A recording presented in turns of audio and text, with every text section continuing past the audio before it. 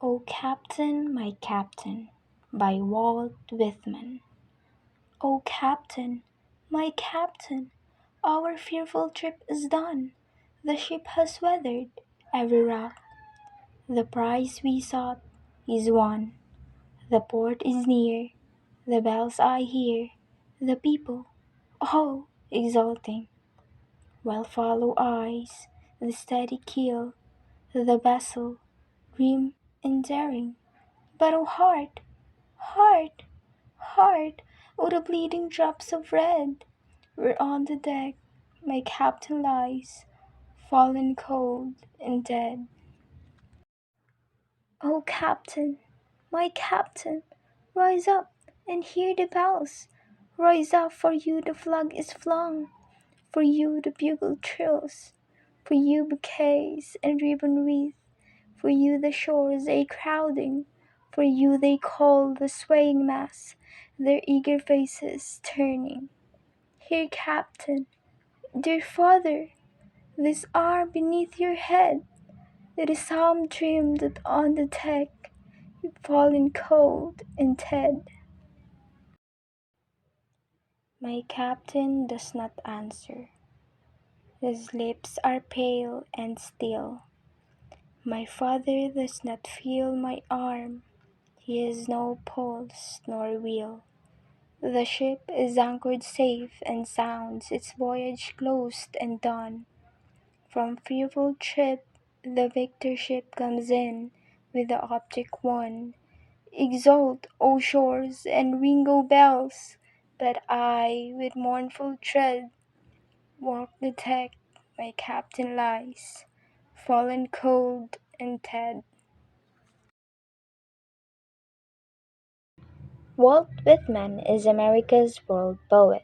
He was an American poet, journalist, and essayist born on May 31, 1819, on Long Island, New York. He was a great admirer of President Lincoln and wrote the poem O Captain, My Captain to honor him. Whitman grew up in Brooklyn and received limited formal education. His occupation during his lifetime included printer, schoolteacher, reporter, and editor. During the Civil War, Whitman worked as a clerk in Washington, D.C. For 3 years, he visited soldiers during his spare time, dressing wounds and giving solace to the injured. After suffering a serious stroke in 1873, Whitman moved to his brother's home in Camden, New Jersey. While his poetry failed to garner popular attention from his American readership during his lifetime, over 1,000 people came to view his funeral. And as the first writer of a truly American poetry, Whitman's legacy endures.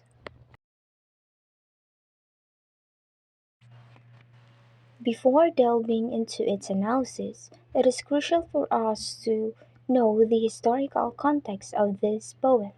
Abraham Lincoln, who lived in America throughout the 19th century and held the office of the president for 4 years, is thought to be the most well-liked American of all time.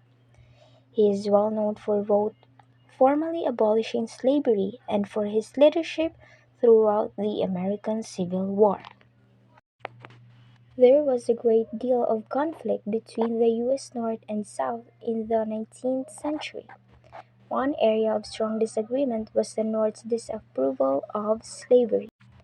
Abraham Lincoln was a strong opponent of slavery and worked as a politician with the Northern states' support to spread his belief.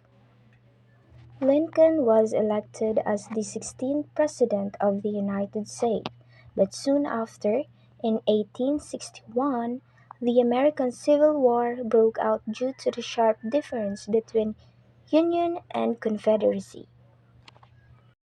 A Confederacy sympathizer shot Abraham Lincoln in the back of the head while he and his wife were attending a theater production. Lincoln was determined to keep the nation united despite the crisis. The Union or North, which was led by Abraham Lincoln and consisted of 23 states and 5 border states. The Union or North, which was led by Abraham Lincoln and consisted of 23 states and 5 border states, fought the Confederacy or South, which was led by Jefferson Davis and had 11 states that supported slavery. Shortly after Lincoln won the Civil War and was re-elected as president. In the poem "O Captain, My Captain" wrote a lamentations in the death of Lincoln. The poem speaks of how ship comes back after a long journey, yet its captain has sadly died. The story is an elegy for Lincoln, who just like the captain who did not survive the journey or in this case, the Civil War. The first stanza of the poem starts with stating how the difficult journey of ship has come to an end successfully. The port is close by and people are celebrating follow the ship on its way. However, the captain lies dead on the deck of the ship. The line "weathered every rock" refers to how the ship and its crew have survived many difficulties. The line "people exulting" means that people are celebrating. Next, the line "follow ice the steady keel" means that people are eagerly watching the ship's arrival. Next one is the line "vessel grim" refers to how the ship's carrying gloomy message and how its captain did not survive.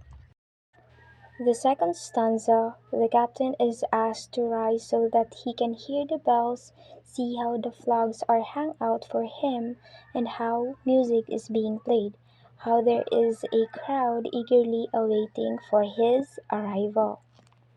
The speaker states how he put his arm under the captain saying that it must be a dream, that he is no longer alive. A word bugle is an instrument referring to how there's live music. The line "bouquet and ribbon wreath" means are awaiting to celebrate the captain's victory, and the speaker calls the captain father because he looks up to him.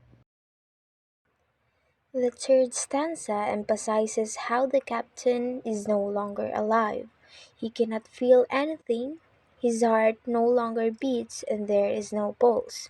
The ship has now safely arrived, the journey's goal has been accomplished, and people are celebrating, yet the speaker is mourning for his captain. The word "exult" refers to how the speaker tells the crowd, "Yes, rejoice, celebrate the victory. I will stay here and mourn for my captain."